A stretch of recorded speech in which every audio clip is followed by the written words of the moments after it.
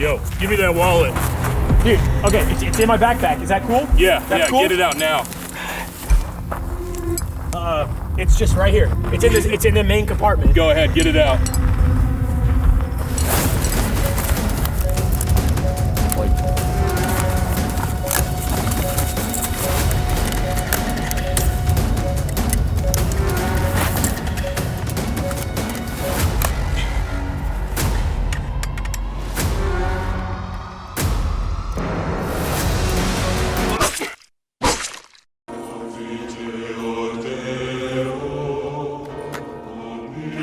Damn it!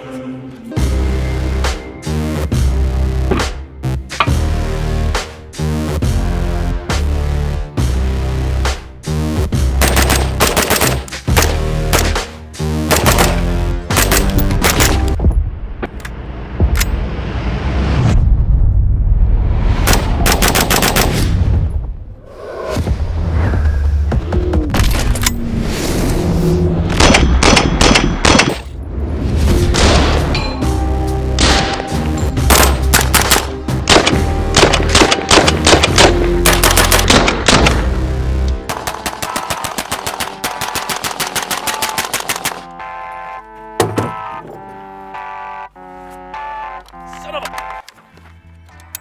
It was supposed to go so much more smooth. Welcome to Micah Mayfield's YouTube channel. We don't do retakes over here. Well, Dan had one job, and it was to stage this rifle, and Dan, you really let me down. Guys, today, we're actually talking about something that I am personally super interested in. The big thing for me is some rifles, especially AR-15s, are not cool enough to do a video on. There are some that are just AR-15s that are built better than others. It's not my cup of tea.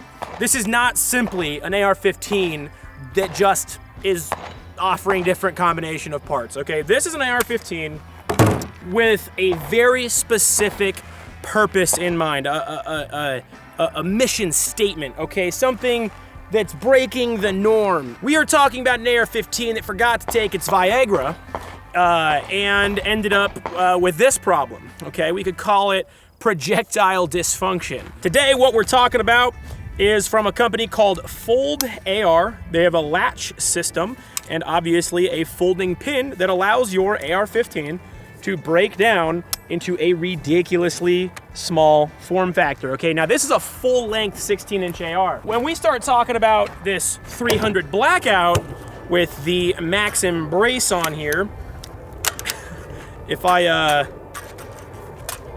if I wasn't running this suppressed, this is crazy.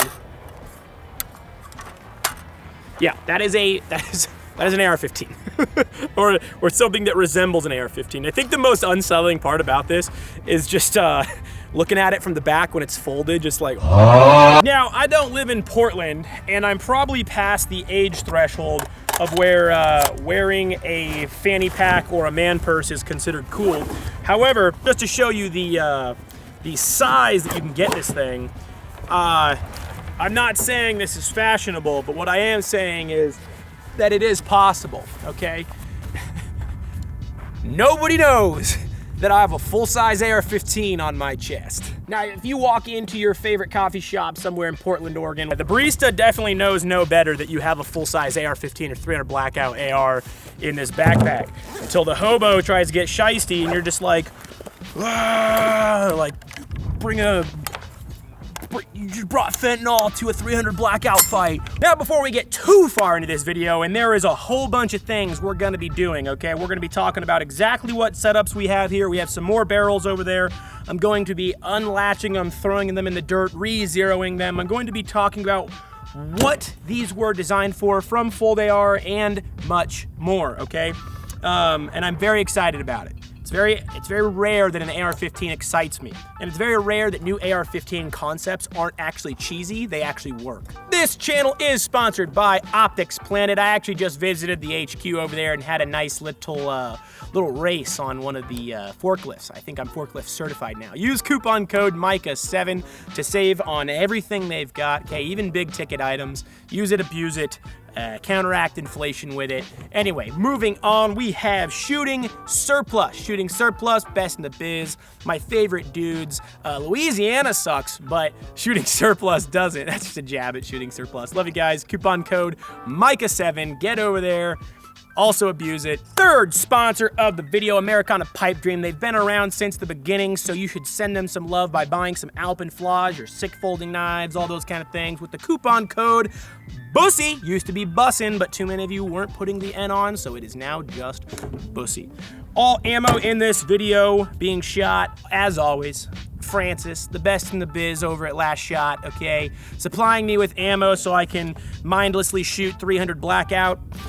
Thank you, Francis. Thank you, LastShot. Coupon code PLUG! All right, so getting into the tests, let's just address everyone's burning question. And I know everyone has the same thing, right? Am I gonna shoot this target, pop, pop, pop, put a 5-round group on there, cool, unfold my gun, and when I go like this, there's no shot that this thing can continue to be accurate, right? That's probably the burning question. You may have different questions, but so right off the rip, what are we gonna do? Well, Dan here already shot my target. Thanks, Dan. We're gonna speed through this because I already know the answer. The return to zero, I'm just gonna prove it to you that it's there. Now we're gonna show you some of the downsides to the system as well, but let's get to it. All right, so it is the next day because often I find myself taking 2 or 3 days to film these videos, and we have finally installed the Vortex. This is the Razor HD Gen 2 3-18. It's pretty much our test bed for magnified optics and zeroing at 100. And then even more exciting, I've never used these, but these really piqued my interest. These are, where's the info on it? Right here. These are 85 grain 5.56 match burners from Badlands Ammo, traveling 2675 FPS. So I'm hoping to get good results out of those. I've never fired 85 grainers, but it sounds like it should do good.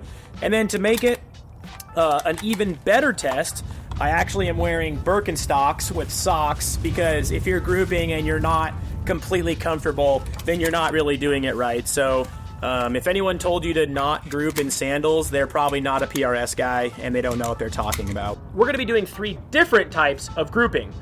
We're gonna simply put 5 rounds on the, let's start at the left. So we're gonna put 5 rounds on the top left, just a normal group, keeping it latched and just putting 5 rounds on. Then we're going to do 1 round on the top right.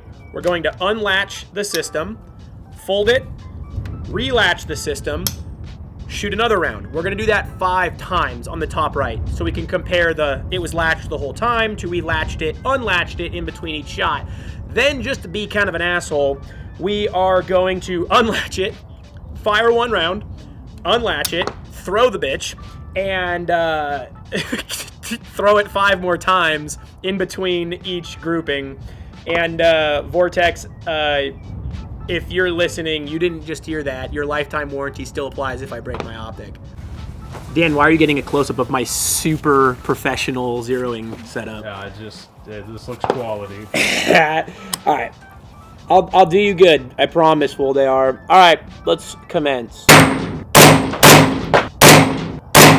Now we're moving over to the other target, and we're going to be doing 1 shot break, 1 shot break, all that good stuff. Okay.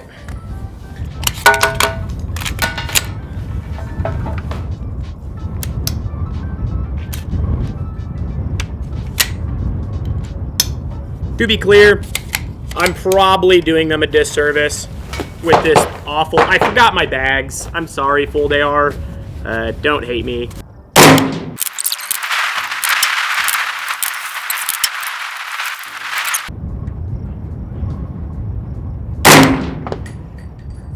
Vortex, close your eyes. Oh, jeez.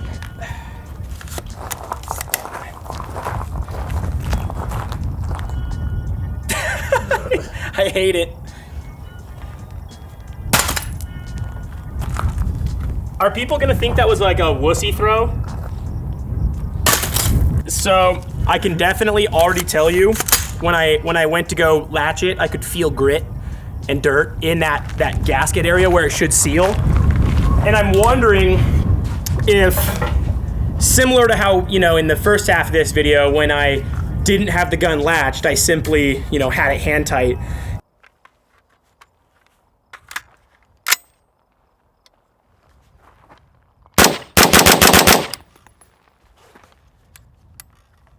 Well, he didn't die. If that grit is gonna ever so slightly just push that zero off. My guess is it's going to.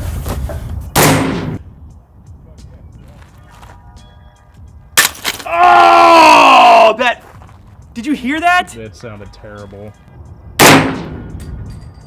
Yeah, so I think we're gonna do a 3-round group with this one because I think the evidence is pretty conclusive, but I'm not gonna lie, we got better results than I fully anticipated. Bear with me, okay? We have 4 targets to talk about and then the data at the end. Here's our control zero. We obviously sighted in for the center target and we just did a 5-round group. Obviously, we're looking at just under an MOA, about 1.2 with this flyer-ish. We'll just say ish. And then did a little confirmation shot down here after folding the barrel. So what I was aiming for was right where the white turns to the green. So this little X landed there. Cool. Shifted up to the opposite side. Aimed right there. Now, the first shot, I did not fold the barrel. So we had the same exact result. It went right there, aimed there, it went right there. Then I unlatched, relatched the barrel, as you guys saw, and we kind of just printed this group after unfolding and latching in between each shot. So here was the initial group, and then it kind of settled in up here. I'd say, Dan, what is that, a shift of an MOA? Yeah, right about there. I think some people are going to be in the camp that any shift is bad, and some people are going to say 1 MOA is fully acceptable, especially considering that military rifles are only required to shoot 4 MOA. So we have less shift in our rifle after folding the barrel and refolding and latching it than a military rifle is required to shoot total. This was the group where the sand got into the action, and we're talking about some gnarly sand, okay? Some really large particulate.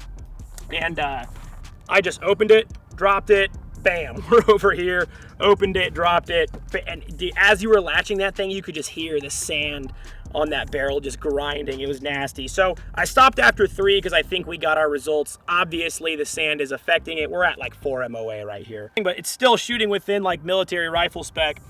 After simply like scrubbing out the 2 mating surfaces of the barrel and the receiver, we actually returned almost perfectly to 0. Just, I mean, less than an MOA shift. So we're not seeing huge shifts. We are seeing shifts, but we're not seeing huge shifts. Now, there are rifles that do similar things, such as if you check out my earlier LMT video, the AR-10, the LMT, you can fully remove the barrel and insert the barrel and get basically 0 shift. I mean, if any, like a 1/4 MOA. However, the difference here is the LMT requires tools, proper torque specs, 140 inch-pounds on the barrel, the tool that it comes with, and if you don't have that tool, then you're not taking that barrel out. We're talking about maybe an MOA shift with no tools, completely removing the front end. I'm in the camp, that's pretty good. I'd like to hear what you guys think in the comments. So one really exciting thing that they were talking to me about when I was asking them about this system was how they wanted it to be in schools. And personally, I'll share my personal beliefs. I think that's super based. I think every school should also have a rifle defending kids' lives. Now, the coolest part about it is FoldAR was explaining how they basically say, you know, students shouldn't have to walk around and think like, oh, there's a rifle on that guy. There's a gun in that hall. There's this and that. With this sick setup, I mean, you really don't have to. There's no, it's so inconspicuous. I mean, obviously this Victos backpack is super not gray, man. It's pretty obvious. It's a tactical backpack, but you get the point. Now, speaking of tactical backpacks, we have to talk about the sponsor, TacPack. That's the best segue you're gonna get on this channel. Now, TacPack is probably gonna hate me for this one because a lot of the things that came in my TacPack are actually not in here right now because I've actually been using them. Like this one had a rangefinder in there. Now, TacPack is a monthly subscription service where they ship you knives, charging handles, AR-15 grips, and this is pretty cool. I like this. That's a water bottle, in case you were wondering. It'd be super cool if TacPack were sending real one of those. Yeah, you get t-shirts, stickers, patches, hats. There is TacPack Standard and TacPack Plus, 2 tiers of subscription. Price differences between them based on what size of box. TacPack Plus is always valued over $250. And if you use the coupon code SHEESH, then you get an additional EDC kit for free, valued at about $100. Okay, so you're getting about a $350 value using my coupon code. And as always, guys, you have to go check out TacPack. They have been supporting this channel since very early on. Thanks, TacPack. The rifle fits in this small of a backpack. If you're just walking down the halls, nothing super conspicuous, nice and low profile. Now, I know there's going to be a lot of people already typing in the comments, okay, yeah, but the deployment speed is going to be significantly slower than, per se, you know, drawing a pistol. You're not wrong, but the idea behind it isn't necessarily the deployment speed. It's the idea of having more firepower, having a rifle on your person, okay? It doesn't mean that, like, every engagement you're going to be getting into needs to be a Lucas Botkin speed, you know, tear it open. Oh, you're doing it, oh my gosh, like, oh, I'm so fast, this is crazy. Like, it doesn't need to be that. The idea, like I said, is that you can carry a full-size rifle. You have more firepower doing that, okay? I mean, this one's obviously chambered in 300 black. I actually have the max embrace on there instead of the stock. Even though this thing is SBR'd, I think I get a better cheek weld on the brace, to be completely honest. But if you wanted to go for compactness, I think that the Maxim stock would make more sense. One thing that I do have to note in talking to the engineers over at FoldAR, because I kind of wanted to understand the system. I didn't want to just kind of go into it speculating. The reason that we kind of filmed the intro and all the other stuff first, the main reason is, this is how they explained it to me. The gun does require a break-in process that normal rifles don't quite, you know, require. They were saying similar to how, let's say you own a mattress for 5 or 10 years. Even if you try to sleep on the right or on the left of that mattress, you're always gonna roll and get pulled right back into the center of that mattress. That's where your divot is gonna be. After enough rounds through your gun, and after enough latching and unlatching, it's kind of that same idea where it is now creating its own divots in the mattress and naturally always pulling itself and forming itself back to that spot. Now that we're at about the 1,000, a little over round mark on this thing, they said we're there. We're well past that. And that's probably why we saw that good of results. I called them and I'm like, yo, is this the normal results that you guys are seeing? And they said, once it's settled in, we think that's actually phenomenal. So I may have gotten a good one, or that's, I don't know. But now I want to talk to you about this shorty build. Now I have 2 configurations for it. Now this is my shortest 30 cal can that I have. It is the whip machine can. And I obviously put the shortest can I have on it because it's also currently in its, you know, this is the shortest configuration they sent me. That is crazy short. Obviously with a suppressor that short, there's going to be sacrifices other than just length. Relatively loud. The other option is, this is the Liberty Precision Mach S. Now it is my dedicated 300 blackout suppressor. It's pretty much gonna be on any of my 300 blacks that I have.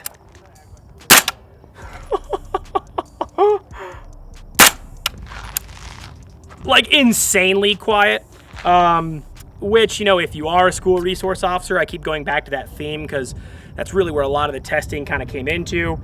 You kind of have to ask yourself, do you want, I don't know if I'd say that one's hearing safe. It's like right there. This one is hearing safe. Man, that is satisfying. So right here I have the Holosun SCRS. Now, I didn't really pay too much attention to the SCRS.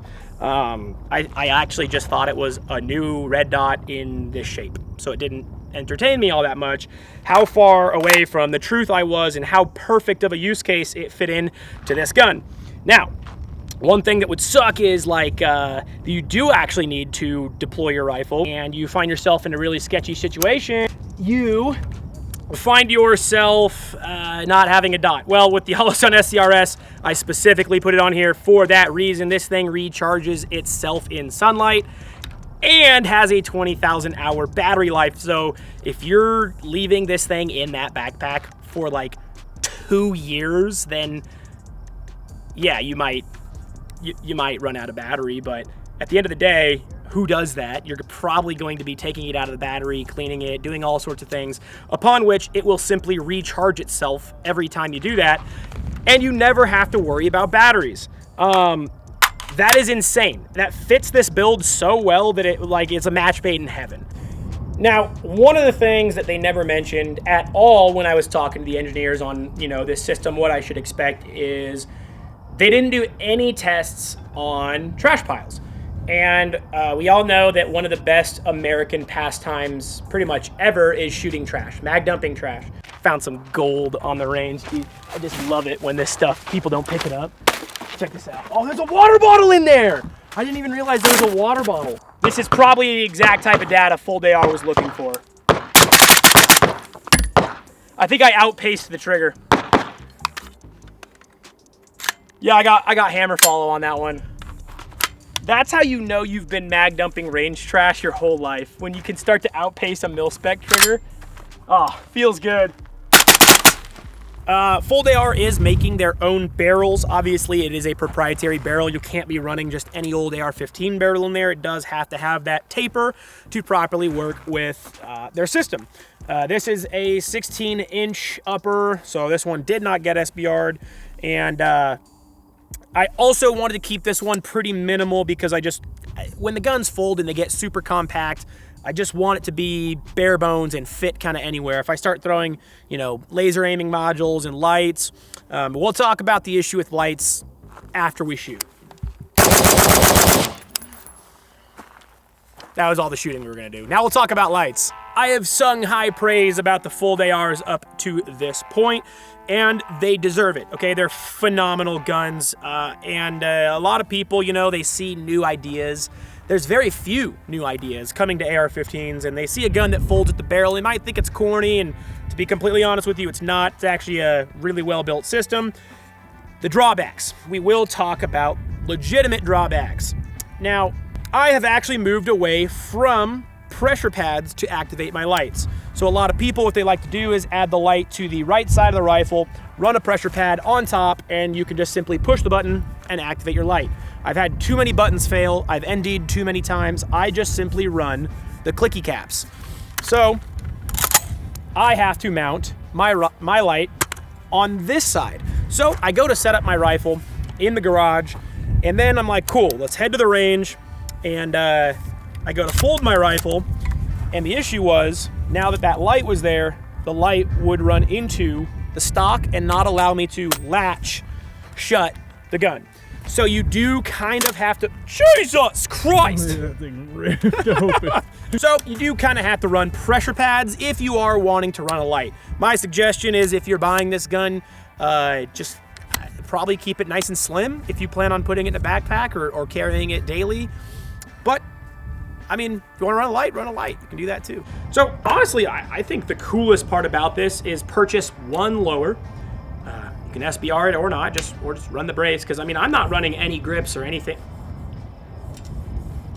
The nicest thing about this is once you get yourself a lower and the upper that has the hinge system on it, the coolest part is you can now start to swap all of your barrels however you want. So it just feels so wrong having that swing towards me. Man. We just took off our 300 black barrel, and it's this easy. Same lower, same upper, different barrel. And we are now, boom, 12.5, 5.56, in case you guys are wondering what that looks like fold it up. Boom. Super mega short. Shout out to the short gang. You know who you are. All the long gang brothers, we stand with you in solidarity. I feel like I've been really leaning heavy into the short ARs lately. We gotta fix that. Gotta really review like a python, an anaconda at this point, you know. Right, see you guys. It happens every time. In the comments, like, what pants were you wearing? What underwear? You know what? We're gonna go fit check. All right, guys. We got Birkenstocks. We got this smart wool socks. Okay, these are from Otte Gear, OTTE. These are their new combat pants. Absolutely love them. As far as undies are concerned, we got the 32-degree cools from Costco. Those things absolutely rock. Highly recommend. I'm an executive member. No need to brag. And then we have a House Party Distro shirt, Sup Def, whatever you want to say. I think my buddy gave me this hat. It's covered in dog hair. I don't know. It's a Quicksilver. Probably get it at Journeys.